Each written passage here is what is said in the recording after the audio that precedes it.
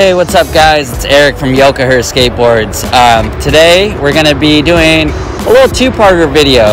So somebody asked me what tricks I like to do on quarter pipes, and I've done these videos before, but I didn't get to break down the trick. So today we're going to be doing the backside disaster, and I'm going to break down that trick. It's one of my favorite tricks on quarter pipes. You can even do it on like banks if it has like a little bit of a lip, but it's one of my favorite tricks. It's good to kind of do it and then get speed to set up for another trick. And also we're going to be answering a couple questions that you guys sent in that I'm excited to answer. So yeah, you know, today no more longboard, no more cruiser. We got my regular, you know, the cool pup Yokoher board. So excited to be back on this baby. So yeah, you know, what more can I say? We're at Chino Hill Skate Park, our training facility, unofficial training facility here with Enzo. It's a nice morning. Time change that went into effect on Sunday, so we're you know, getting used to it, and I like it. So you know, I bet you guys don't want to hear me kind of just babble on, so let's get into the trick tip. All right, so here we are. We have a little mellow quarter pipe right here. It's probably about maybe 4 feet, like maybe on the 3-ish side, but what's cool about it is if you come along this side, it's very mellow. So there's not any vert on it, obviously, but it's just a nice embankment, got nice coping on there. So that's what we're gonna be doing the back disaster on. So for me, the back disaster, since I am a goofy footed rider, meaning my right foot is forward, so I'm gonna approach the quarter pipe.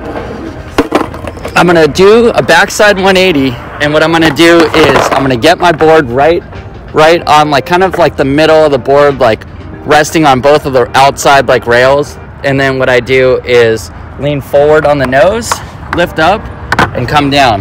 The main thing about this trick is it takes a little bit of board control, because if you don't lift up, you could definitely lock up right there depending on how the coping is at different parks. Sometimes coping sticks out more, sometimes it's kind of a little bit more flush. But this is what we're gonna avoid, just that little yank and then fall, because I've done it many a times where you get a little too overconfident, you do it, and yeah, it just doesn't go your way. So the next couple clips, I'll be demonstrating what it looks like, and then I'll go into even further breakdown of feet position, kind of the speed, and just everything that goes through my mind as I'm doing it, and kind of like a little overall breakdown. But that's gonna be the obstacle we're gonna practice it on, and then later on we could do it on the extension right there, and we could do it on any of the quarter pipes here, or any quarter pipes at a skate park, or if you find a street spot that has like a lip, and you can do it there too. So all right, let's roll some clips of me doing it, and I'll come back with you guys with a little bit further breakdown.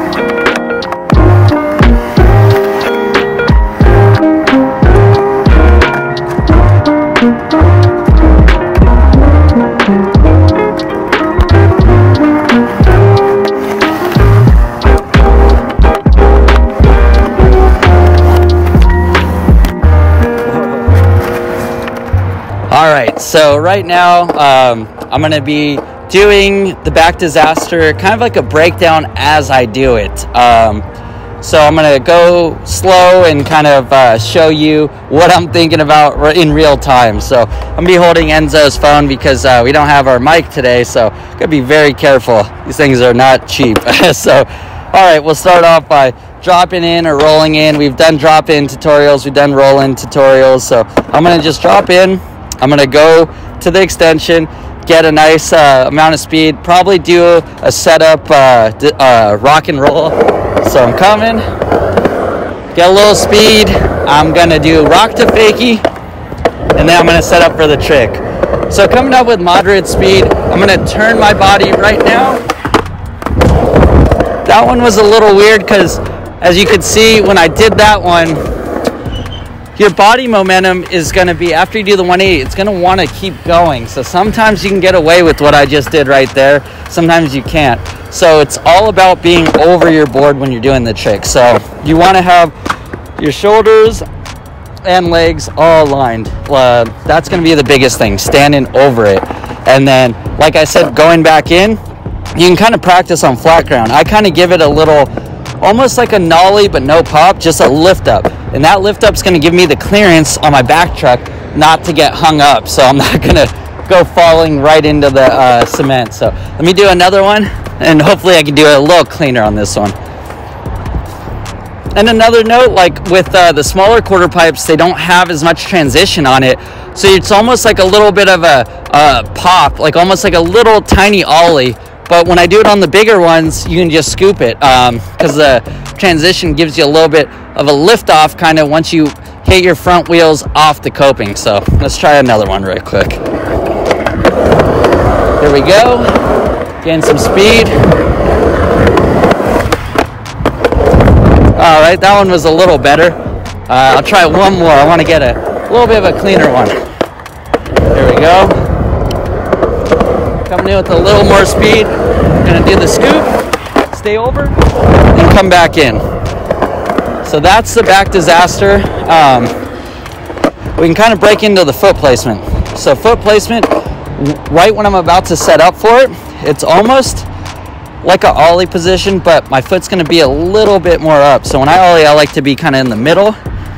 When I go up to do the first rotation, I'm gonna have my feet, this one like almost a little bit behind the first bolts right here. And then I'm gonna have my back foot right over the tail. So I'm gonna scoop, land, I'll feel the coping hit my board, and then I'm gonna give it a little, just that. That's what's gonna go in. You don't wanna kind of skimp on that last part. Like I said, you can get hung up. A lot of the mistakes I do see when people do this trick are they come in and then let their wheel just bonk over it. You don't want to do that.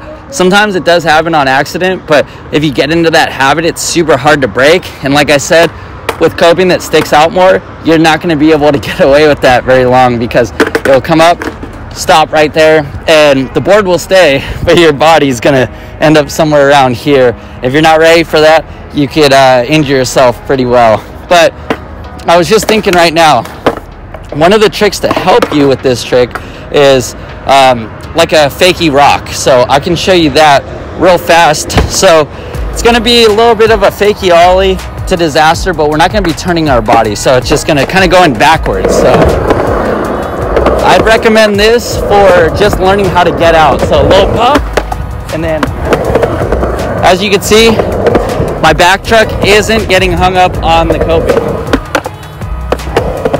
Just that little lift up is going to help you. It's going to save you actually. So lift up, there we go. So that's a good learning curve or learning tool to help you not get hung up. And say if you're not comfortable with the fakie ollie to little fakie disaster, you can even do it on just to warm up, just on like, say if you find like a little transition without any coping. So kind of just to get comfortable.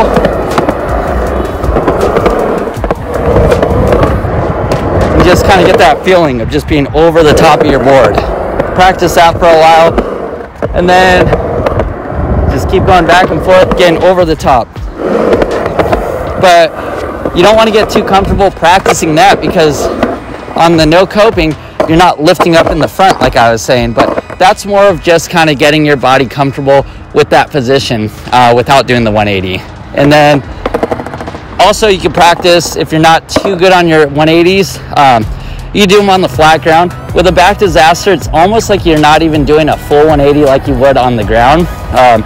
You're twisting your shoulders, you're looking, but you don't want to over rotate and spin out. But you can practice just kind of doing a little back 180 and keeping your body over your board, and then proceeding to do that little lift. That lift we cannot stress enough. We don't want anybody getting hung up. So yeah, we'll do that a bunch more times, show some more clips, and hopefully that breaks it down for you. Also, say if maybe this quarter pipe's not your speed, hopefully at your park, up there we have like a little roll-in.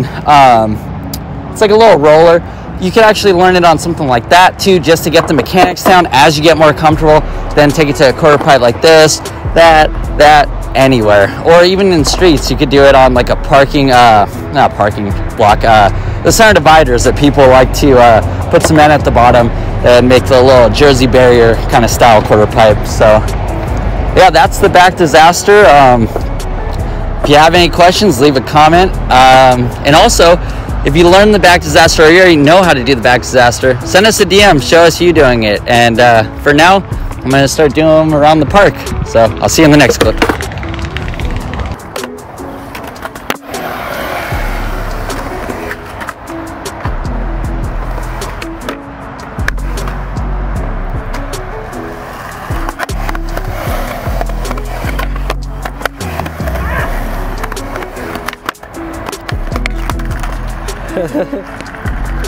Alright guys, so there's the back disaster. I demonstrated a lot around the quarter pipes around here. Super fun. Yeah, just remember, always do that little nose lift. We don't want you locking up. So that was me kind of showing off the back disaster, breaking it down in my head how I do it, and a couple tips that may help you gain the confidence to try it yourself. But we're gonna get to the second part of this video, and that's where we took questions from you guys. We didn't even like kind of solicit that we wanted questions. It just, we get a lot of DMs, so I'm gonna pick out 2 of them that I think that are pretty cool and just cool to share. So one of the questions, I can't remember the user's name. I know we could probably have it on screen, but it was what was and is your favorite skateboard video? So that one for me, I would probably say there's an Emerica video. It's called Stay Gold. So Emerica Footwear, they had an amazing team. They had Andrew Reynolds, Leo Romero, a bunch of all-star skaters from back in the day when I was coming up kind of through high school that I really looked up to. And I believe the video came out maybe, I want to say 2008 maybe. I think it because I remember it premiered close to my birthday that year, but that's probably one of my all-time favorite videos. It's just, the soundtrack's amazing, the cinematography is really cool, and it's just one of those videos you can throw in, watch it, and get amped to go to the skate park or go hit the streets. So that one, also probably the first video I ever owned. It was 411 Video Magazine, issue number 23. I believe it came out in 1997, so this is a VHS tape.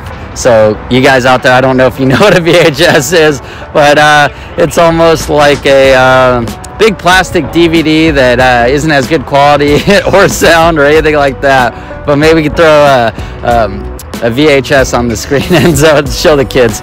So you'd have to pop that into your VCR, watch it, and then after you'd have to rewind it. So you couldn't skip to different chapters. There was no chapters, but I think that one was probably one of my favorites too, because it sparked my love for skateboarding.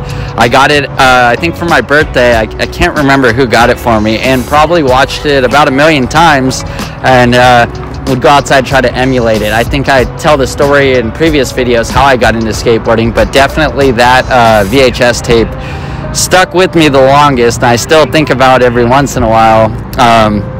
That's what really got me hooked, and I know I watched it countless hours, as well as like I've watched a lot of skate videos since I started skating, and I think that's kind of a really cool cool thing to see. It kind of kept the driving factor with me when I was starting to skate and started to progress. Me and my friends would be like, we should make a movie, but we wanted to get better and kind of hone our tricks in more. And then we ended up making one, I think in like 8th or 9th grade, our first ever one, and we thought it was awesome. But in hindsight, it's like, wow, we could have cleaned up a lot of things. But it didn't even matter about the video. It was just the good times with your friends and being out there and sharing those experiences that are kind of timeless. So I really appreciate that.